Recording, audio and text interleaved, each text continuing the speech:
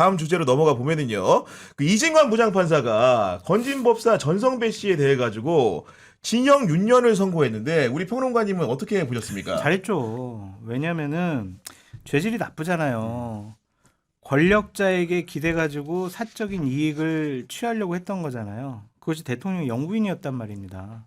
그럼 당연히 엄중 처벌을 해야지. 그렇죠. 대통령 부인처럼 뭐 초범이고 어쩌고 저쩌고 뭐 전과가 없고 그렇게 해가지고 피고인의 이익을 더욱더 확대 해석을 해주고 보장해 주는 게 과연 맞았느냐 그런 생각이 들고 뭐 많은 분들이 얘기했지만 심부름한 사람은 8년 받고 받은 사람은 1년 1년 8개월. 예. 이게 말이 되냐 이게 복골복 아니냐 이 판사에 따라서 형량이 이렇게 달라지면 6년. 어떡하냐. 네. 이건 진짜 심한 거 아니에요? 우리 보통 이제 뇌물죄는 받은 사람이 더 처벌받는 거 아닙니까? 그리고 사실 이 전성배 씨는 전달자잖아요. 배달꾼인데 배달꾼한테 이렇게 훨씬 더 높은 중형을 선고해 버리면 저희가 오늘 방송 시작할 때 가족끼리 어떤 정치 대화 얘기를 했잖아요. 저는 이 사안만 보더라도 만약에 초등학교, 중학교 자녀가 물어보는 거예요. 아, 아빠 내가 아무리 봐도 몸통은 김건희인데 왜 깃털이 더 형량이 높아요? 이렇게 물어보면은 설명해 줄 수 있는 분들이 얼마나 계실까? 판사가 잘못한 거죠. 그 김건희 씨 우인성 부장판사가 너무 약하게 한 건 맞아요. 예. 저는 말도 안 되는 판결이라 좀 생각이 듭니다. 그러니까 이제 그 이진관 부장의 그런 진 면모를 보려면은 판사들 요즘 많은 분들이 판결 생방송을 봤기 때문에 판사들이 어떤 흐름을 거쳐가지고 최종적으로 형량을 선고한지를 봐왔고 그러면서 알게 된 사실이 공통의 주지 사실이 양형 이유 쉽게 얘기해가지고 내가 이만큼 형을 선고하는데 불리한 정상이 무엇이고 유리한 정상이 무엇인지를 설명하는 걸 잘 들어보게 되는 건데 이진관 부장판사가 건진법사 정서백 씨를 엄하게 꾸짖으면서 징역 6년을 선고한 거는 간단하게 요를 하면 이 사안이 매우 중대한 사안이라는 겁니다. 그러면서 어떻게 설치라고 있냐면은 국가적 공무 수행의 신뢰를 훼손하는 범죄가 포함돼 있고 그리고 실제로 고위직 공무원 등의 영향력을 행사하는 방법으로 알선 행위까지 나아간 점을 고려해서 형량을 매겼다. 이렇게 설명을 하는 겁니다, 지금. 국정농단이라는 거예요. 그렇죠. 국정농단이라는 네. 거예요. 그래 이진관 판사는 이걸 전체적인 스토리로서 이해를 하고 맞습니다. 그 속에서 개별 범죄가 어떻게 적용되는가를 찾아낸 거예요. 그런데 반대로 우인성 판사입니까? 이름 헷갈립니다만은 그분은 전체적인 스토리를 이해를 못하는 거야. 이해를 못하고 개별적으로 사건을 다 잘라버리는 거예요. 그러니까 이게 범죄 행위를 공소가 제대로 규명하지 못했다.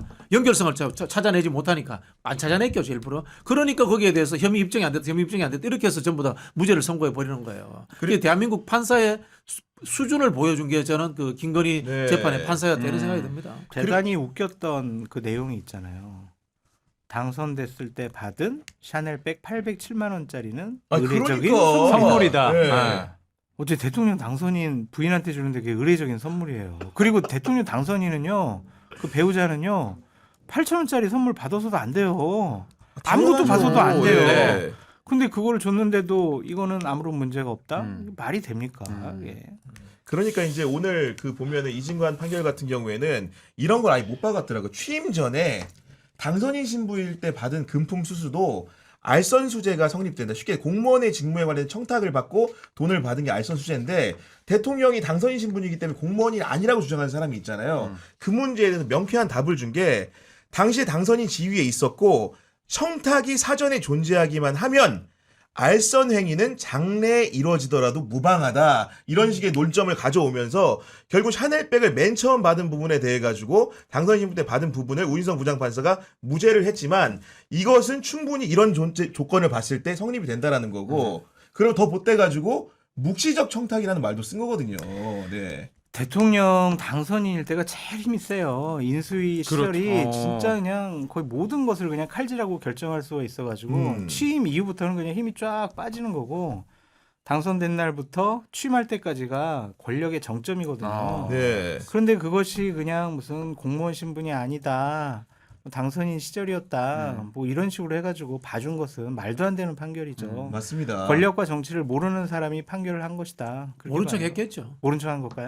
의도적으로. 네. 봐주려고 했다. 그럼 네, 저 그렇게 보여. 그래서 저는 이게 또 다른 사법개혁의 하나의 뭐 구실이 되지 않을까 뭐 네. 그런 생각. 물론 이제 2심 가면은 서로의 형량을 맞아요. 보면서 네. 이렇게 네. 조정을 할 것 같기는 어. 합니다만은 그런 생각 들고요. 이 틈에 우리가 잊혀졌던 거 하나 다시 말씀드리자면은 영부인의 법적지위에 관한 그 구성에 관한 거 맞아요. 꼭 해야 됩니다. 해야 됩니다. 네. 해야 됩니다. 네, 네. 그래야지 뭐 이런 뇌물을 받고 나쁜 국정농단을 하는 것뿐만이 아니라 사실은 영부인이 활동을 해야 되거든요. 그게 정치적 활동이냐 아니면 일반적인 뭐 봉사활동 이게 구분이 애매하기 때문에 네. 저는 영부인에 관한 법적 지위로도 지금 우리도 한번 만들 필요가 있다 이런 생각이 듭니다. 오르시면 그래서 공무원이 준하는 신분이 된다고 한다면은 네. 김건희가 받은 것들이 윤석열 조사할 필요도 없이 뇌물죄- 바로 뇌물이 되는 그렇죠. 겁니다. 그렇게 되는 그렇게 거죠. 법령을 좀 고쳐야 된다. 이런 생각이 좀 드는 거고. 아니 교육이 형이 네. 그 또 출입을 오래 하셨잖아요. 법조 기자였잖아요. 그러니까 저는 사법부 내부에서도 오늘 판결이 굉장히 혼란스러울 것 같은 게 구형보다 지금 세게 2번을 했잖아요. 내부에서는 좀 동요가 없어요. 그러면은? 내부에서 이진관 판사에 동요가 없다기보다는 사실 판사들이라는 사람들이 사실은 외부와 말을 섞는 걸 굉장히 터부시해요. 그러다 보니까 고독한 판결을 혼자 내린다고 생각하기 때문에 머릿속에 이제 그 사람에 대한 생각은 있지만 외부로는 잘 발설을 하지 않고 그런 버릇이 사실은 우리는 사회적으로 중요한 결정을 할 때 제가 장성철 선배한테 전화를 걸어가지고 한번 물어본다거나 우리 박지원 선배한테 전화해서 물어보는 게 상례인데 판사들은 잘 안 그래요. 그러니까 이제 고독한 판단을 하다 보니까 정말로 동떨어진 결론들이 나오기도 하는 거거든요. 그렇기 때문에 사실은 이제 그 우인성 부장판사와 이진관 부장판사 어떤 판사를 만나느냐에 따라 가지고 동종 사건이 돼 형량이 이렇게 다를 수가 있는 건데 이진관 부장판사의 돋보이는 점은 이 사안을 중대하게 봤다는 부분만 있는 게 아니고 양형 이유를 대면서 건진법사가 자기 죄를 덜기 위해서 자백을 했잖아요. 자백을 한 부분을 유리한 정상으로 보지 않고 불리한 정상으로 봤습니다. 자백을. 어떻게 이렇게 강력하게 질타를 했냐? 네. 피고인이 번의하여 그러니까 혼란스러운 상황에서 자백한 사정이 있으나 스스로의 잘못을 깨닫고 반성하면서 자백한 것이라기보다는 자신의 형사 책임을 감경받고자 하는 판단에서 입장을 변경한 것에 불과하므로 이러한 사정은 깊이 고려하지 않는다. 이렇게 써버렸어 보니까. 그 전체적인 흐름을 재판 과정을 다 이해하고 있는 거예요. 저도 이제 뭐 전문가가 아니니까 늘 의문이 가는 게 판사가 이 자리에서 해야 될 일이 재판을 총괄적으로 지휘하면서 정의와 진실을 규명하는 것이 몫인가? 아니면 공소장이 제대로 된 그것을 증명하는 것이 점검하는 것이. 전체의 목적인가? 그렇죠. 네. 여기에 대해서는 우리 판사들이 잘못 판단하는 사람이 굉장히 많다고 봐요.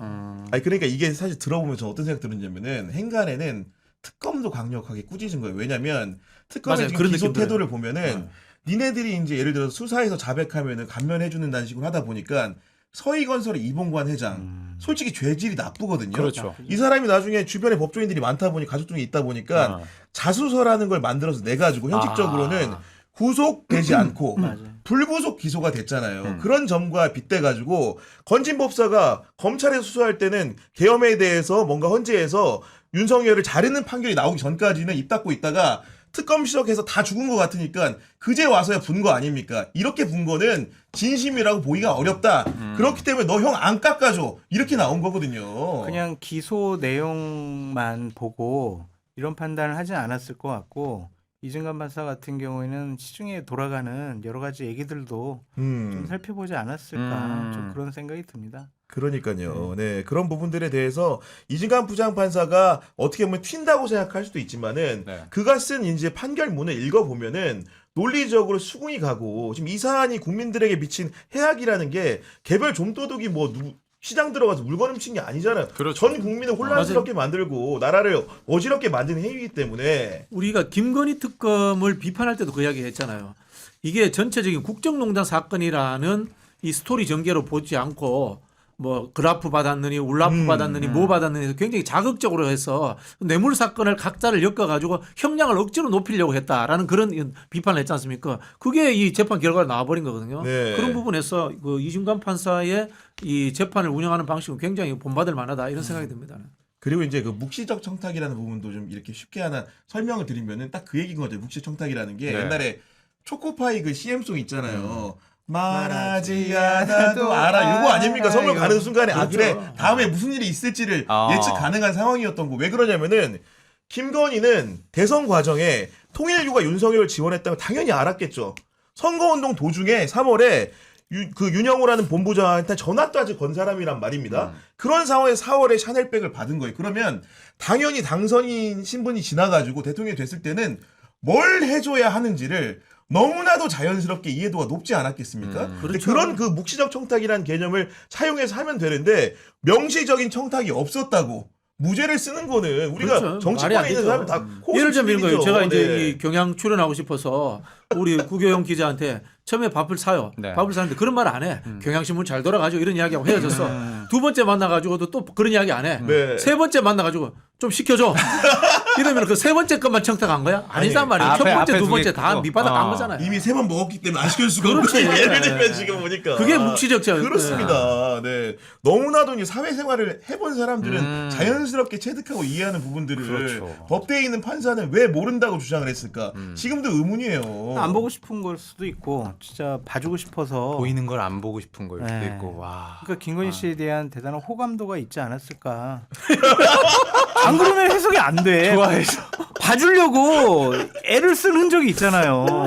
피고인의 이익을 강조하면서 안 그래요? 그러니까요. 그러면은 네. 개인적인 호감도가 있지 않았을까. 뭐 그런 이념 정치 노선적 호감도라고 제가 또 좀 그래도 좀 수정해드리겠습니다. 이념 정치 성향도 노선적으로. 그쪽이 아니었을까. 저는 근데 이번에는 판결문에 정교유착이라는 표현이 판결문에 들어갔어. 명시가 네, 됐어요. 그렇습니다. 저는 이 부분이 야 이거 통일교를 발목 딱 잡아놨구나 이런 생각이 좀 들더라고요. 수사도 좀 더 강하게 좀 들어가야 되지 그런 않을까. 면에서도 맞는 거고 실제로 이제 김건희가 1년 8개월 받고 지금은 해맑게 웃을지 모르지만은 항소심에서 우인성 판결문이 합리적인지 고등법원에 있는 부장판사는 아니면은 이제 이진관의 그 판결문이 합리적인지를 또 두 개를 비교해보고 판단하게 될 거기 때문에 누가 보더라도 제 생각에는 합리적인 판사라고 한다면은 우인성의 손을 들어주기는 어려울 것 같다. 그렇기 때문에 김건희는 지금 1년 8개월 받고 안심할 때가 아니다. 나올 준비를 할 때가 아니다라는 말씀을 그리고 정확하게 이제 뭐 드립니다. 종합특검에서 김건희 씨와 관련된 진짜 중요한 사건들 제대로 조사해서 기소하면은요 감옥에서 여생을 보낼 수가 네. 있을 것 같아요.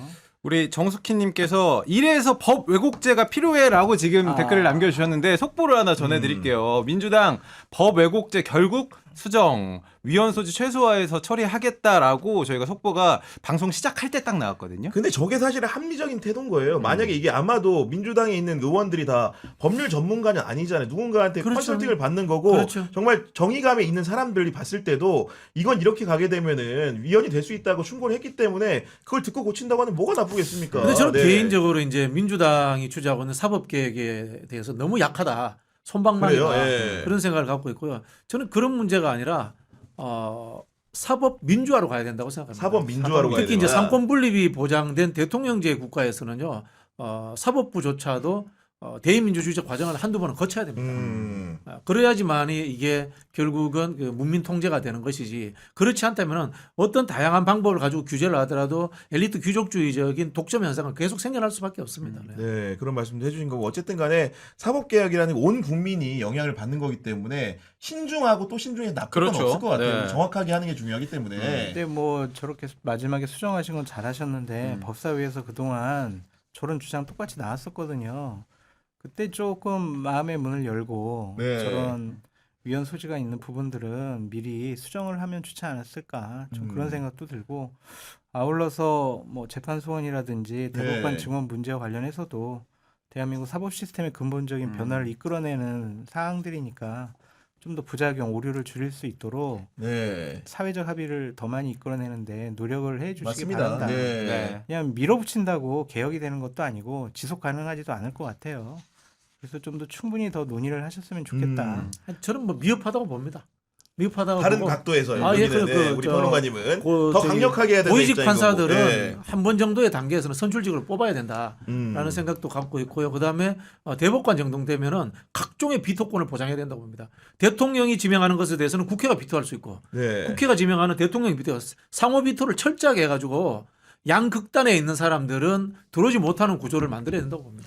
근데 법외국제 같은 경우 제가 보니까 제 느낌인데 저렇게 민주당에서 이제 입장을 의원총회까지 열고 뭔가 합의했는데 밝혔다는 거는 네. 당청 간의 소통이 좀 있었던 것으로 지금 생각이 좀 되는 거고 그리고 이제 많은 분들이 3법 두고 얘기하는데 법외국제 간단하게 말씀드리면은 판사들은요 제가 생각했을 때는 제가 추정하는 건데 법외국제 무서워하는 사람 없을 거예요. 판사들은 왜냐면은 저게 지금 그 부추기는 입장에서는 남용 가능성 이런 걸 얘기하는데 기소는 검사가 하죠.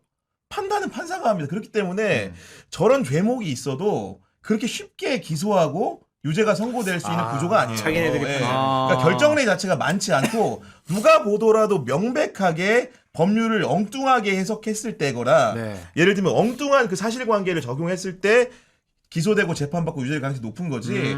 제가 사실 법원 주변에 얘기를 들어보면 3법 중에서 대법원이 가장 싫은 건 재판 소원인 거고 사실은 법 왜곡죄하고 대법관 증언은 별로 두 번째 후차적인 문제 데미지가 별로 돼도 없구나. 크게 문제 없다고 생각할 거예요. 다만 재판 소원죄는 왜 그러냐 어제 방송에도 말씀드렸지만은 본인들이 가진 최고 법원의 지위 법률 해석권의 지위가 흔들릴 수 있기 때문에 그건 용납이 안 되는 거예요. 그 이제 예. 헌재를 인정 안 하는 거지. 그렇죠. 대법원이. 그러니까 네. 그 이제 사실은 현행 헌법 체계를 무시하는 경향이 있는 거고요. 그 양면이 있다고 보는데 저도 헌재 없애야 된다는 주장을 많이 하거든요. 헌재가 있으니까 대한민국 판사들이 헌법을 몰라. 그 헌법과 관계없이 형사소송법이라든가 절차법 위주로 네. 해가지고 모든 것을 판결해 버리니까 나라가 이 모양 됐다 그런 이야기도 하는데요. 사실은 이게 우리 현행 그 근대법 체계라는 것이 200년 전, 300년 전 이야기잖아요. 수정해야 돼요. 문맹률 90%대 봉건 영주 옆에 있고 저 대통령 옆에 있는 똑똑한 엘리트들 있잖아요. 식자청절 얼마 안 될 때 그 사람들에게 독점적 해석 권한을 줘서 하던 이 체계는 이제는 저는 끝날 때가 됐다고 봐요. 네. 새롭게 구성돼야 돼요. 사법. 알겠습니다.